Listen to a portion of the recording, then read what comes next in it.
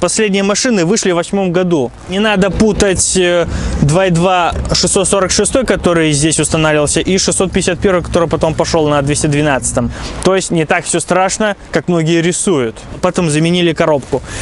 90% людей, повторяю, не отличат их от реста до реста. Такой кожаный салон, именно такой, мне подходит. Идея стырена отсюда. Или потому что сейчас такие дрова стоят за 7,5, за 8. И только после этого можно покупать автомобили, ребят. Я всегда об этом говорю. Приветствую, ребят, вы на канале Юра. Сегодня у нас большой праздник. Наконец-то 211 я нашел. Мне писали ребята, там один даже подписчик со списком написал: семей Фаэтон, 607 Peugeot, 211 и 210 желательно, 203. И 140 люди просили еще. 210 вообще найти тяжело. 140 тоже не находится. 221 вообще просто снять. У нас их уже трое было. И прошлое видео было 221. Но 211 тоже было найти тяжело. Сегодня нашли, и очень хороший экземпляр. Дорестовый 211 в довольно-таки спорной конфигурации. Поэтому досмотрите это видео до конца. Поспорим, поговорим в комментах.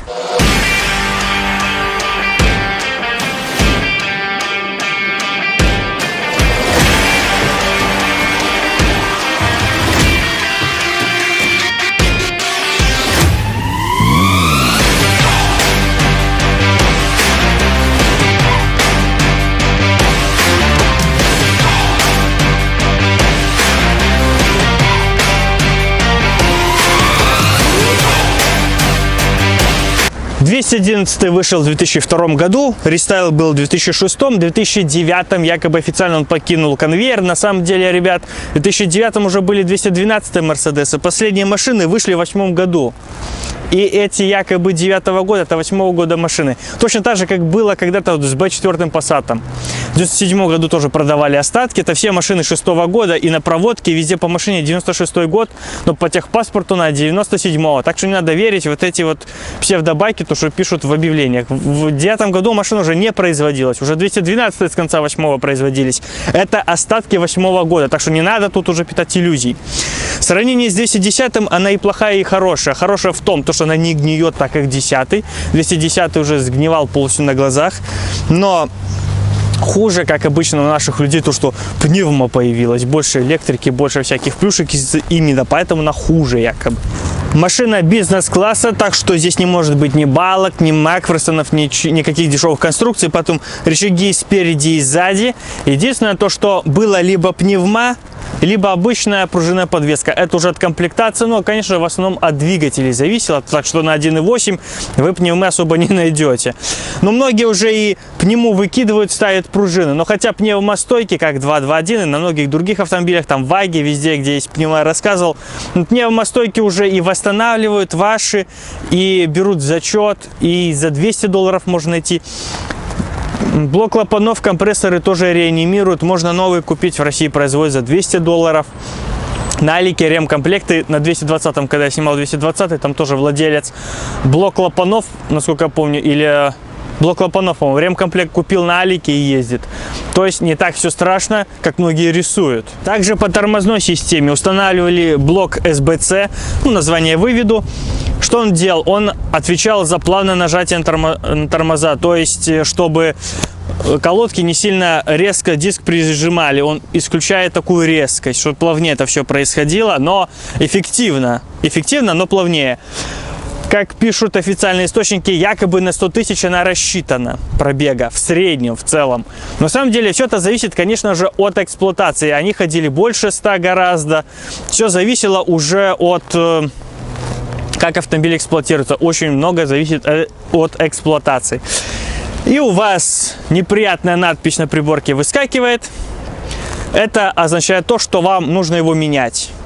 В свое время, когда машина середина нулевых была, это была проблема, люди этого боялись, да, это был недостаток, но не сейчас, потому что блоки перепрошивают, аннулируют, как пробеги скручивают, так и здесь аннулируют количество торможений, и блок видит, что якобы машина не тормозила, и все нормально, то есть аннулируется вся эта проблема.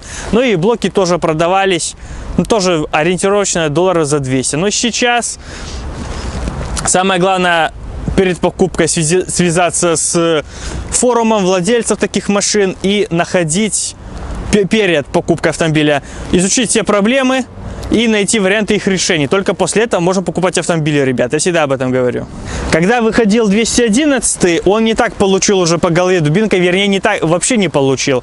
Потому что 210 в свое время раскритиковали после 124-го эти лупатые фары, сразу непонятки. Это что, где мерседесовская строгость, все остальное. В Германии получил очень серьезную волну критики. Многие покупали последние 124, чтобы не покупать 210.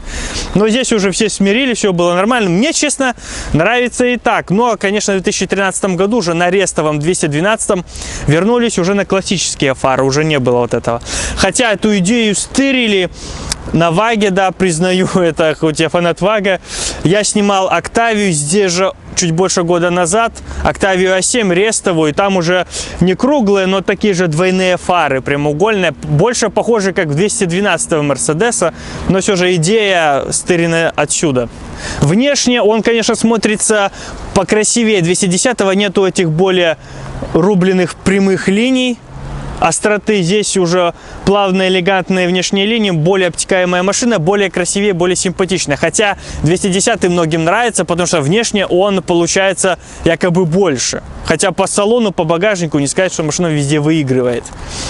Вот. И плюс по кузову автомобиля, значительный плюс, то что капот, крылья алюминиевые, крышка багажника также алюминиевая. То же самое у Audi A6 C6 и у BMW пятерки E60. И я снимал A6 C6, ее конкурентов A6 C6 и BMW пятерку, седан и универсал. И там были E60, E61 и A6 C6 в седане и универсале. Я говорил на A6 C6, по-моему, то, что в универсалах хуже всего смотрится это 211. Если А6 на первом месте, ну, по моему мнению, Е61 на втором, то Mercedes на третьем, потому что в универсале, ну, задняя часть вообще не продумана. Такое ощущение, что ну, этот тип кузова сделали просто для галочки. Никто не заморачивался задней частью, потому что задняя часть смотрится у 210-го покрасивее. Здесь как-то на пофиг отнеслись к этому, ну, это я так считаю. И самый главный вопрос у людей, сколько стоит сей великолепие? Я смотрел объявление перед этим. 143 автомобиля продаются на данный момент. Вот полчаса назад смотрел. Самая дешевая, ну, конечно, стоят и за 4300 на запчасти, и за 5200 на запчасти. Самая дешевая 5700, 2.6 бензин V6 серебристый 2002 год. Дальше 1.8 бензин, вот, ну, такие вот машины именно бензиновые. Там около 6, 5500, 5706, вот так. Самая дорогая была 17500, белый универсал на весах 5.5 бензин V8, то же самое, что на 2.2.1 стояло в прошлый раз. 17500, белый универсал. Ну, конечно, 8-й год, уже последний год. Дизельная именно с ОМ642 дизель, 3-литровый дизель V6, 14500, черный седан, такой же, ну, только рестовый, 14500, вот такие цены. В общем, от 7 до 14 можно искать. Ну, в принципе, за 10-11 можно найти достойный живой экземпляр. Но за такие цены, там 9-10, очень хороший вариант. Самое главное найти живой. Но наш автомобиль в родной краске, подкрашены только низы дверей и задние арки. Низы дверей у них действительно слабое место. Недавно видел 211 рестайловый, дизельный. И все 4 двери снизу полностью коричневой полоски. На черном цвете очень хорошо это было видно. Примерно в полсантиметра все 4 двери снизу оранжевые, ну, коричневые. Поэтому, да, это негативная черта автомобиля, но задние арки тоже. У меня есть канал в телеге, кстати, подписывайтесь в телегу, мы там на многие темы разгоняемся. Я там тоже выкладывал видео 211-х Мерседесов, задние арки именно, да, тоже страдают. Здесь они сделаны, главное не запускать, чтобы потом не пришлось варивать, чтобы не было сквозных дыр. Но в целом машина смотрится и держится очень хорошо. 2002 год, в родном окрасе, только низы дверей и задние арки. Прекрасный результат.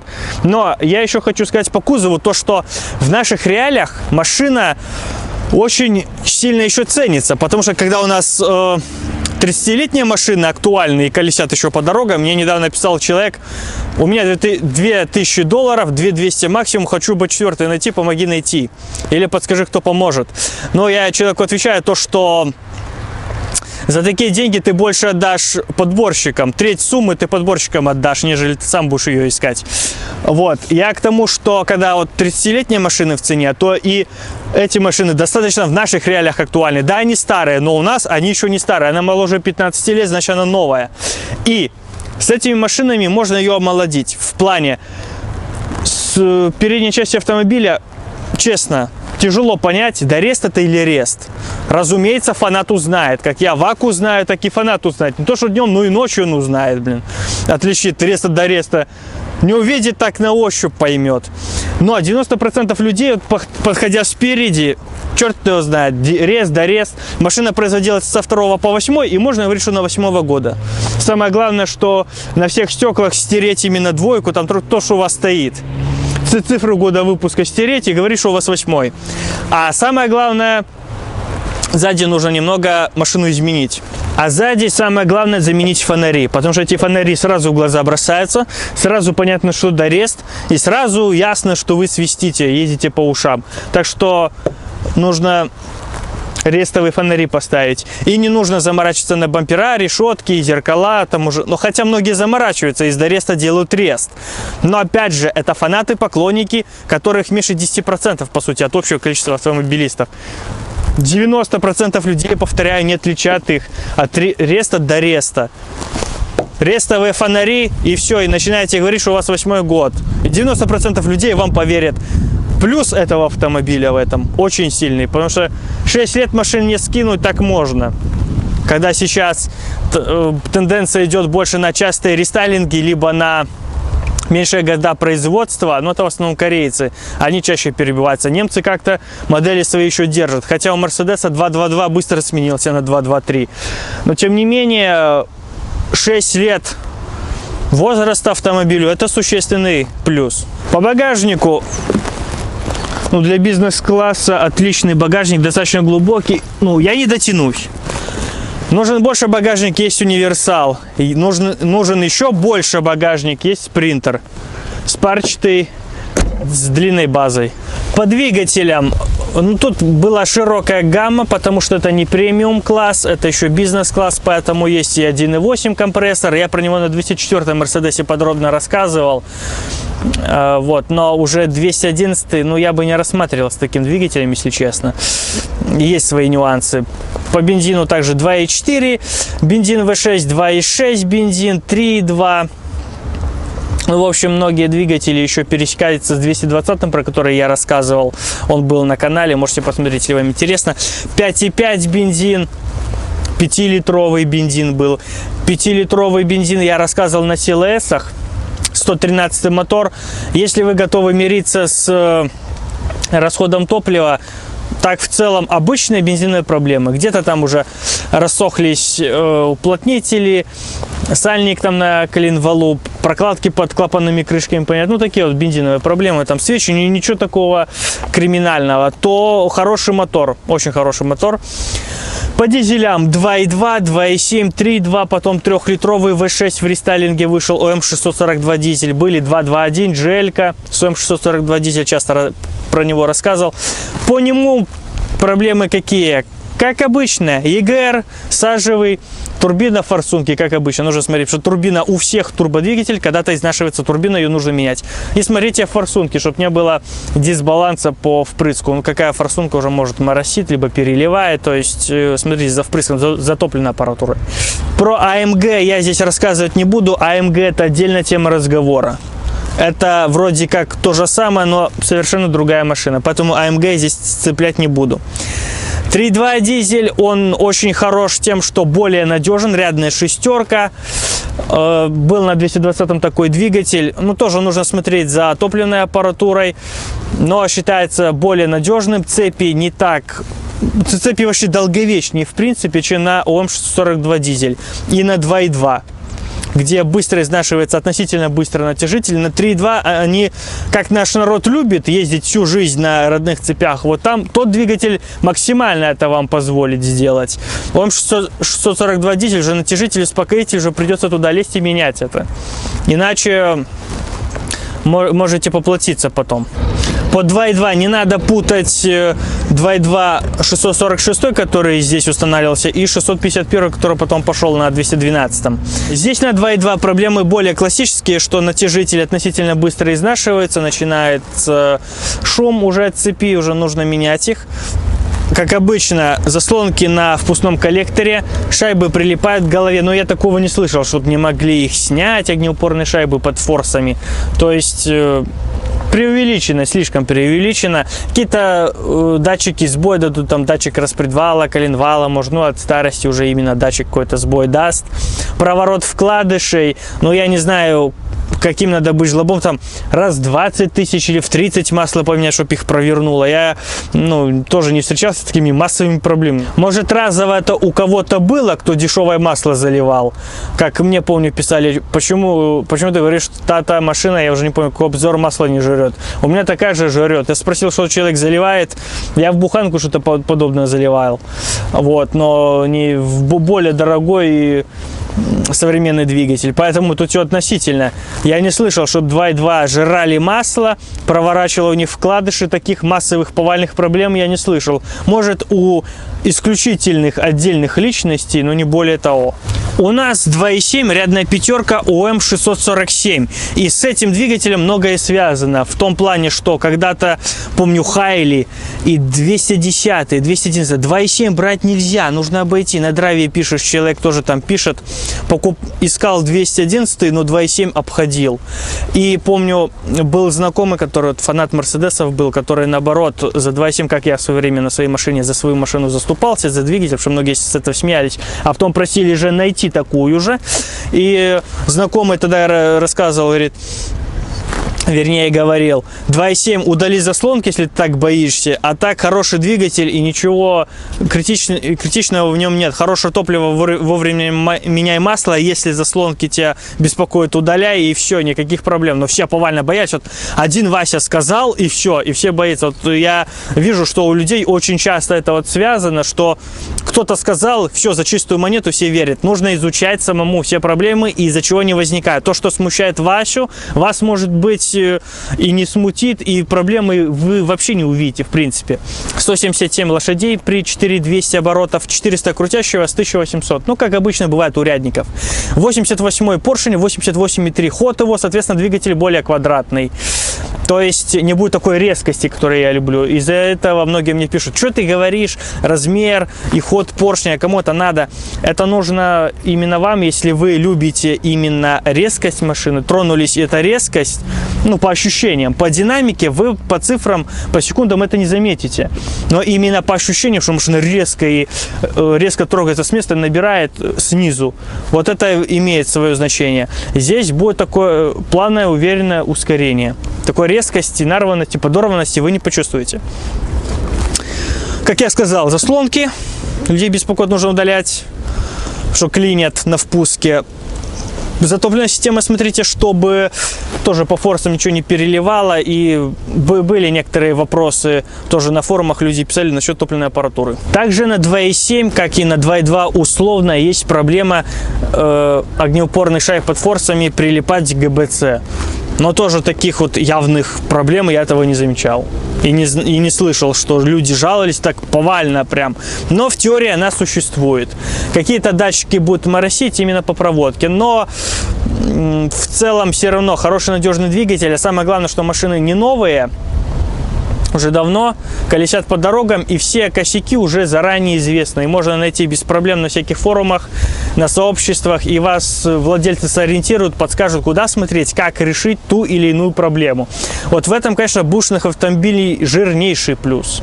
Поэтому не стоит этого бояться. И многие такие косяки, недоработки, условно говоря, многие, может, уже устранили и до вас, скорее всего. Потому что такие двигатели были на таких машинах до реста, то есть со 2 по 5 год, уже машинам немало лет, и эти проблемы в большинстве уже своем устранены. И плюс еще этого двигателя, у него звук работы приятный, еще такой классический, мерседесовский.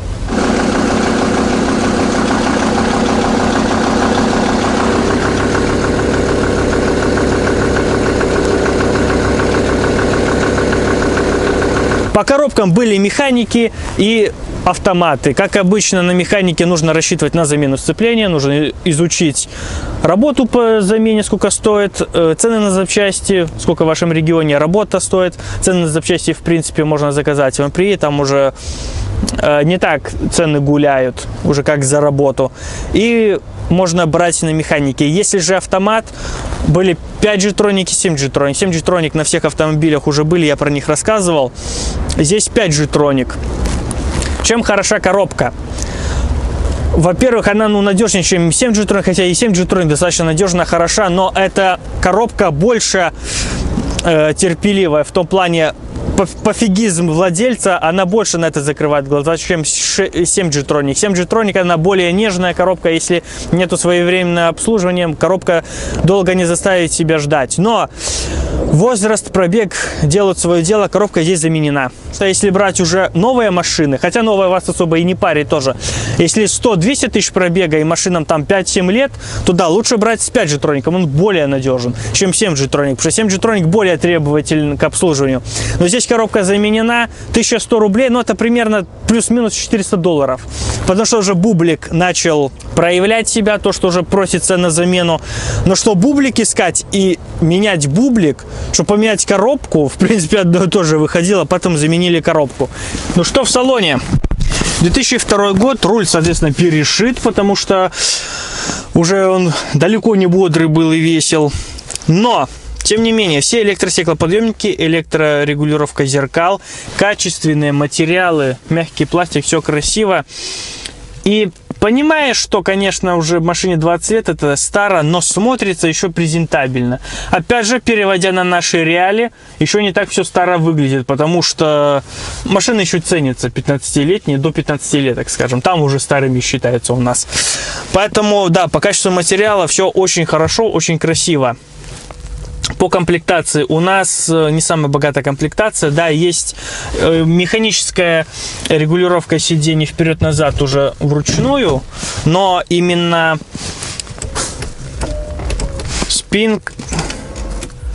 сидушка и спинка электрорегулировки. В этом плане плюс. Ну, климат-контроль, вот вы выставили температуру, подогрев заднего стекла, лобового, герметизация, все классические кнопки, где нужно, аудиосистема родная, отключение ESP, складывание задних подголовников, ну, мерседесовская тема, известная электрошторка, все работает. На руле также пункты управления бортовым меню, настройки языка. Средний расход, кстати, 12 литров показывает. Ну, сейчас, когда покатались, 12 литров. Регулировка звука на аудиосистеме, поднять, положить трубку, в принципе, все. Комплектация авангард. Отключение парктроников, включение.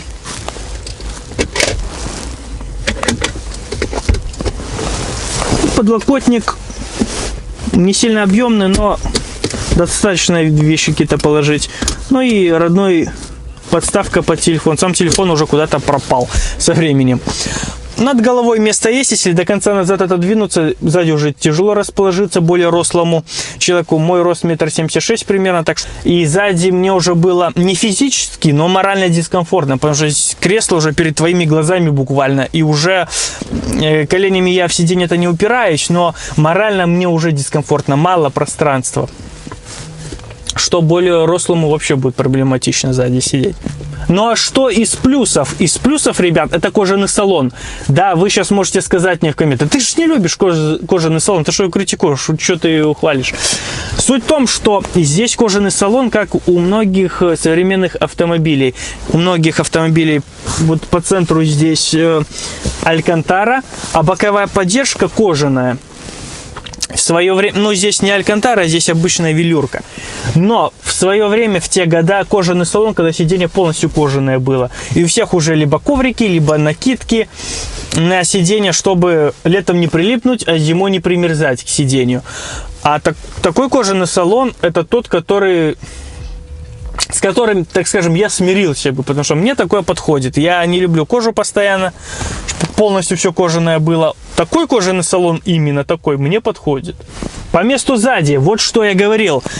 Водительское сиденье отодвинуто до конца назад и уже практически перед моими глазами. Оно глубоко достаточно опущено вниз в сравнении с пассажирским. Если бы я справа здесь сидел или это было более поднято, как здесь, то получается подголовник у меня уже вот здесь. У меня обзор хуже и сиденье передо мной мне было бы неудобно. Но физически я еще в кресло не уперся, то есть мне нормально, но морально дискомфортно, малое пространство. В сравнении с BMW E60, А6 C6, ну в А6 C6 я не то чтобы фанат ВАГа и ВАГ защищаю, но в А6 C6 объективно места больше. В E60 я уже, честно говоря, подзабыл ее, но вроде чуть-чуть побольше или столько же, я уже здесь говорить не буду. Но в А6 места больше было. Подлокотник классический, такой же и у ВАГа, один в один, чуть по-другому подстаканники, два подстаканника другой формы сделаны, а так ниша под аптечку, все то же самое, один в один. Нету разъема крышки для перевозки дальномера, вот это немного неприятно, отсутствие такой важной мелочи. Обдувы задних пассажиров над головой, место есть, в более дорогих версиях был люк, но в возрасте 20 плюс лет автомобилю люк уже может начать отклеиваться уплотнительная резинка от стекла, поэтому это может быть недостаточно приятно, придется переклеивать. Это важная вещь, я рассказывал в соцсетях об этой штуке, как я люк клеил. Для 2002 года такое расположение CD-чейнджера и так его открытие, так скажем, активация достаточно понтовая вещь, да и сейчас неплохо, когда сейчас тоже утоплено либо в бардачке, либо сзади слева у всех. Такая штука понтовая все равно. Слышен классический этот звук двигателя, как я уже упомянул. Это знаменитый прицел мерседесовский на капоте. Ну, прикольно. У Мерседеса, конечно, что нравится в Мерседесе всем, это его значок. Это, конечно, бесспорно классная штука. Но, несмотря на то, что вот многие говорят, ну и я в том числе, что автоматы старые туповаты, достаточно неактивные, но здесь автомат так снизу достаточно резкий. Я не сказал бы, что так плавно машина едет. Чуть я притопил, она поехала, она не зевает. Да, на переключениях на скорости современные роботы, конечно, быстрее переключаются, а самое главное, более экономичные. В этом да.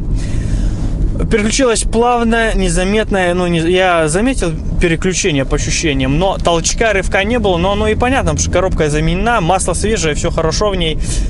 Ну и, конечно, приятно ехать на полностью обслуженном автомобиле, потому что сейчас такие дрова стоят за 7,5, за 8. Шестая Mazda хочет с нами погоняться. Так, уходим. Mazda 6 рестовая, я до рестовую снимал, такая есть на канале. Но я не думаю, что там 2.5, там, наверное, 2.0. 120-130, Mazda уже на корпусов 5 ушла. Нормально.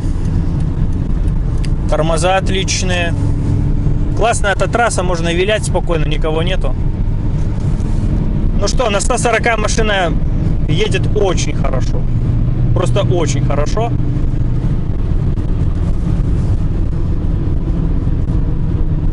Но тормоза хорошие. Давно менялись диски, колодки? В прошлом году сколько она ездила примерно? 8 тысяч. 8, тут тормоза новые, короче. Класс. Машина сразу первым делом менялась. Колодки, диски. Ну это правильно, конечно. Тормоза самое главное в машине. И поэтому подерзить, поприкалываться на машине весело. Потому что у многих садишься в машину, тормозишь машину то влево, то вправо тянет. Там, один есть такой умник, который меняет только одну колодку, одну в запасе оставляет. Это вообще чудо-гид. Забыл сказать, когда в салоне сидел, круиз есть, этот мерседесовский рычажок, подобный поворотнику, тоже прикольная вещь. Ну, задний привод, это, конечно, весело в том, что каждый поворот может быть приключением. И зимой это весело, классно. А в сравнении с современными автомобилями, это раньше, ну, когда сейчас уже системы стабилизации и тому подобные электронные плюшки, помощники, самое главное, вы практически не ощущаете, да и я сейчас особо и не чувствую. Я так уже прислушиваюсь, я понимаю, что сзади тянет. Но если ездить по городу 40-60, да многие люди и не поймут, какой у вас привод передний, задний. То есть были, конечно, полноприводные версии, конечно же, бесспорно Fomatic. Но в большинстве случаев что это дает, как многие, полный привод. Я тоже уважаю полный привод, там, если честно сказать, больше, чем задний. Но нужен ли он вам, особенно в городской езде, когда, если аккуратно с головой ездить и в гололед особо ничего не поможет. Потому что когда улицы не посыпаны и в буквальном смысле лед на поверхности, вам никакие системы не помогут. Вы впечатаете кого-нибудь, особенно на скорости при дерзком стиле вождения.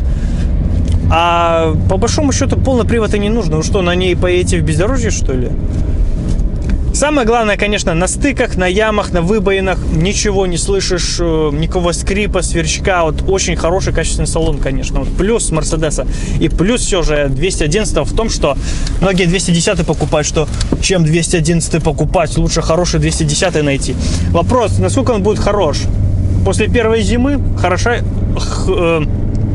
все хорошее и отличное после первой зимы с 210-го как рукой снимет. Потому что все полезет. 211 все равно хороший этим. Кузов самое главное, ребят, потому что кузов это очень дорого сейчас. Да и всегда это было дорого. Поэтому самое главное здесь. При покупке можно сторговаться на электронные все эти недочеты, где-то какой-то датчик моросит, там, чтобы по электронике. Но лучше все же немного денег добавить и купить машину получше, чтобы потом не дорабатывать ее, не терять время и опять же деньги. Не обманывайте себя. Но управляемость отличная, все и приятно вот на торпеду-то смотреть. Не то, что машине 20 лет и ничего страшного. Недавно вот ехал на Sportage 15 года. Машина, да, по году она вообще классная. Год выпуска шикарен, хорош, машина не старая. Но сидишь, едешь, смотришь на эту вот одноразовый этот пластик, он уже облез, и лак уже не поможет. Зальешь его лаком, и все равно блестеть толком не будет. Ну, неприятно все равно. Кому как, конечно, вы скажете, ну нафиг, все, мне нет. Этот дешевый пластик все равно вот... Главное, чтобы машины эти стоили еще дешевле. Сколько примерно они должны стоить. Но не столько, сколько они сейчас ценятся. И смотреть, в салоне ничего, даже... Пускай даже не по комплектации, а по качеству, ничего вас не радует. Мне-то как-то печально. Машина эта не такая агрессивная, как там Audi, не как BMW. Но она уверенно, не раздумывая, не тормозя, разгоняется. То есть под ваш стиль вождения подстраивается. И Сандеро вылез в левую полосу и едет 60, где можно ехать 80. Хорошо по той полосе смогли навалить, душу отвести, насладиться автомобилем. Ну перестройся ты. О, дошло наконец-то. Вот в резком нажатии сразу в 3,5-4 машина пуляет, 120, 140. И на гору мы с запасом хода залетаем.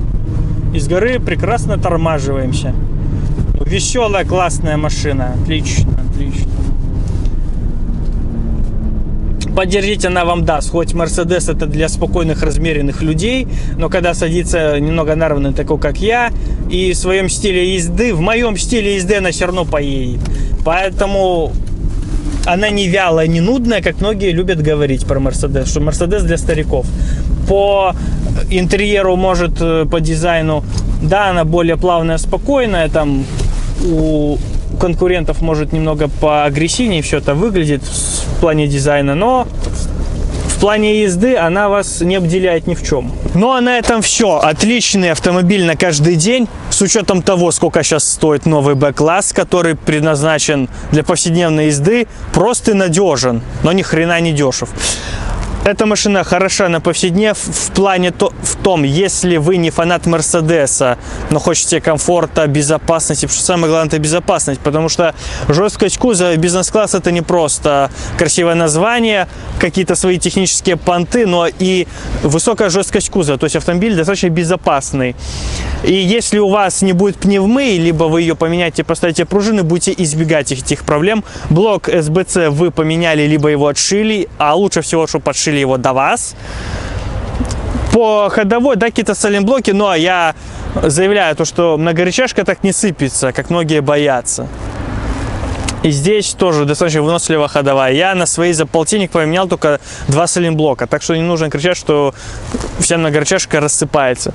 То есть очень хороший автомобиль, нету своих таких серьезных недостатков и просчетов. Поэтому есть аргументы, чтобы к нему присмотреться. Ну, на этом все. Спасибо большое за внимание. Ставьте лайки, делайте репосты, расскажите о нас друзьям. Счастливо!